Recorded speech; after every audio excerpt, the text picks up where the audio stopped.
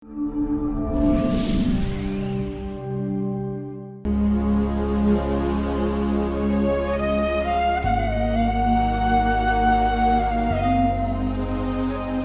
എന്തിനാ ഇങ്ങനെ ഇരുന്ന് വിഷമിക്കുന്നേ?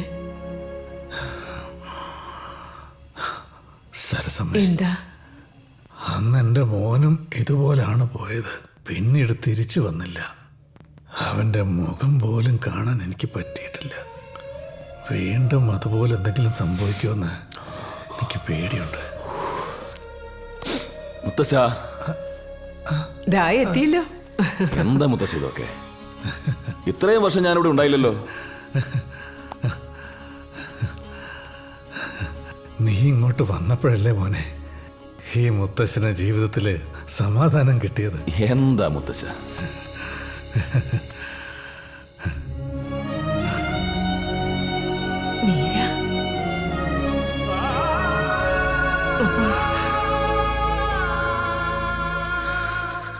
എല്ലാം നുണയാ സരസമ്മ, എല്ലാം നുണയാ.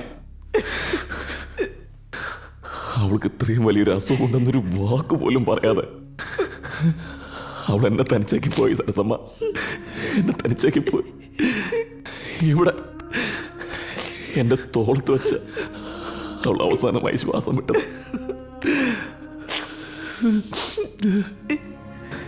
എനിക്ക് അവളെ രക്ഷിക്കാൻ കഴിഞ്ഞില്ല. ഇവിടെ ഇതുപോലൊരു അവസ്ഥയിലും മുത്തശ്ശൻ ഈ കാര്യമൊക്കെ മുത്തശ്ശൻ്റെ അടുത്ത് പറഞ്ഞ് ഇത് താങ്ങാനുള്ള ശക്തി മുത്തശ്ശനുണ്ടോ ഇല്ലയോ എന്നൊന്നും എനിക്കറിയില്ല. പക്ഷെ എനിക്ക് മുത്തശ്ശനെ ഉപേക്ഷിക്കാൻ കഴിയില്ല. ആ ഒരു അവസ്ഥയിലല്ല ഞാൻ.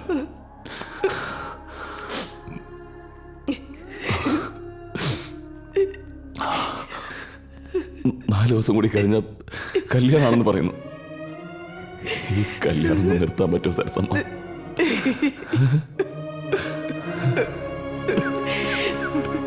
ഈ കല്യാണം നിർത്തി കഴിഞ്ഞാൽ മുത്തശ്ശന്റെ എല്ലാ ആഗ്രഹങ്ങളും ഇല്ലാതാവും.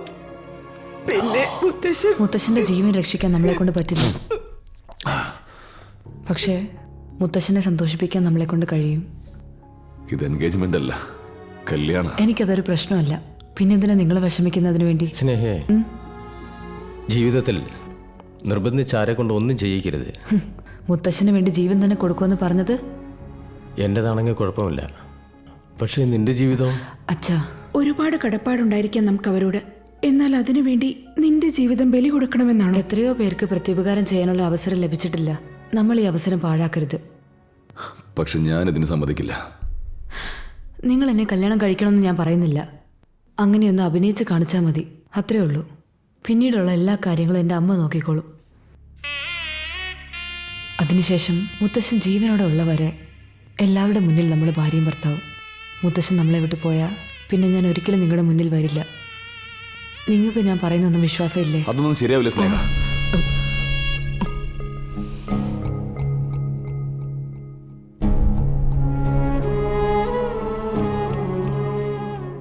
ഈ കാര്യങ്ങളൊന്നും നമ്മുടെ മുത്തശ്ശൻ അറിയാൻ പാടില്ല. ഇതൊരു അപേക്ഷയാണെന്ന് മാത്രം കരുതിയാൽ മതി. കുട്ടികളായ അവരെത്ര നല്ല തീരുമാനം എടുത്തത്.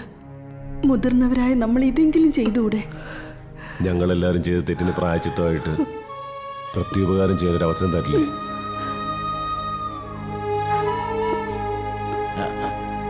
നിങ്ങളൊന്നും വിചാരിച്ച് വിഷമിക്കണ്ട. ഇവിടെ എന്താ നടന്നതെന്ന് എനിക്കൊന്നും മനസ്സിലായില്ല.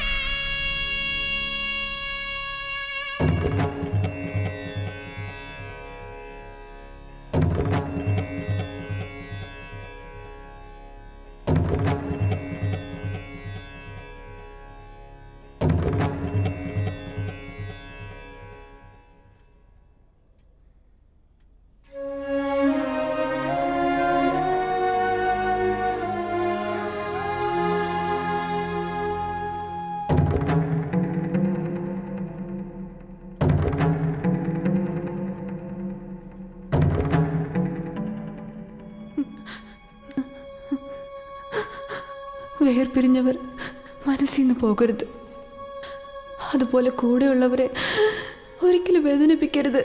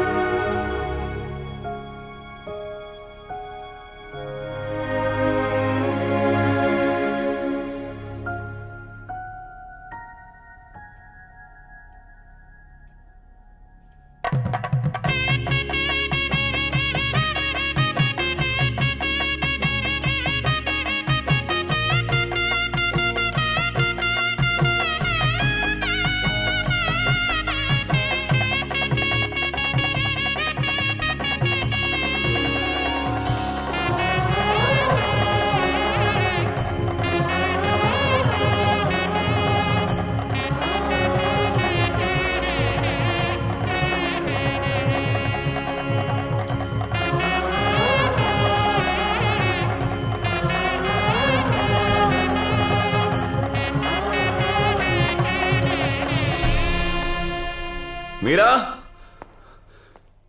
മീര, മീര,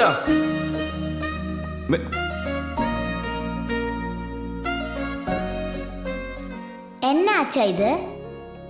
അച്ഛ നമ്മൾ കളിക്കുന്ന ഹൈഡ് ആൻഡ് സീക്ക് അല്ലേ? അച്ഛൻ ഇങ്ങനെ ഒച്ച വെച്ച എനിക്ക് പേടിയാവത്തില്ലേ? അപ്പൊ ഞാൻ കളി നിർത്തും. അമ്മ ഇത് ചീറ്റിംഗ് അല്ലേ അമ്മ? ചീറ്റിംഗ് തന്നെയാ. വാ. വാ. അതെ, നീ മാത്രമല്ല മോളെ, നിന്റെ പേരില്ലേ മീര? അത് നിന്റെ അച്ഛൻ ശരിക്കും മിസ് ചെയ്യുന്നുണ്ട്. അതാ. താങ്ക്സ്. എന്തിനാ? ഒരുപാട് മനസ്സിലാക്കുന്ന ഭാര്യയായതിന്. And a good friend. Friend? അതെന്റെ പേര് തന്നെയുണ്ട്. നമുക്ക് പോവാം.